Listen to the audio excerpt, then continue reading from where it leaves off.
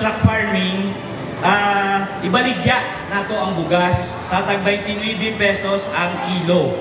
Tagpila diri ang bugas?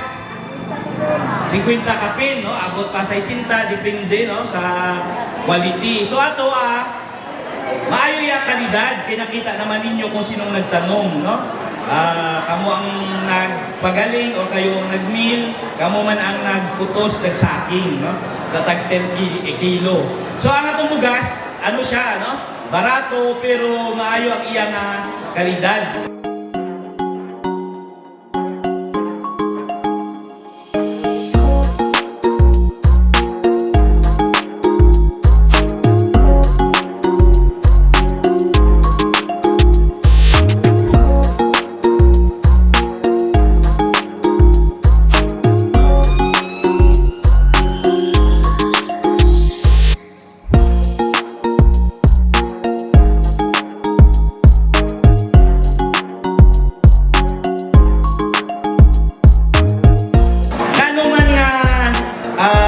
Ibaligya 29 pesos imbis nga ipanghatag, no?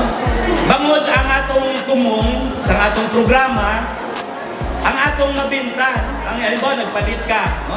290 kay isa ka sako man.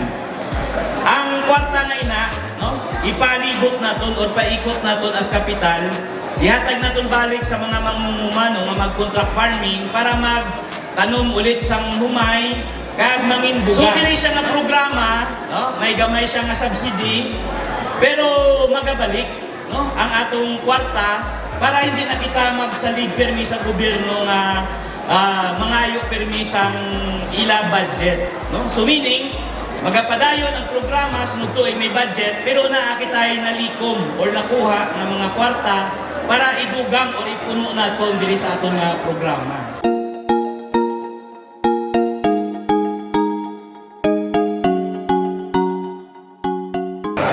Kawan sa kwan sa pangabuhi kontra sa mapalit ng kinilo matag 55 nakasave ni gani bahala tag 29 ang kilo magkwarta na lang tubig gani kay tapang kami sa kwan ato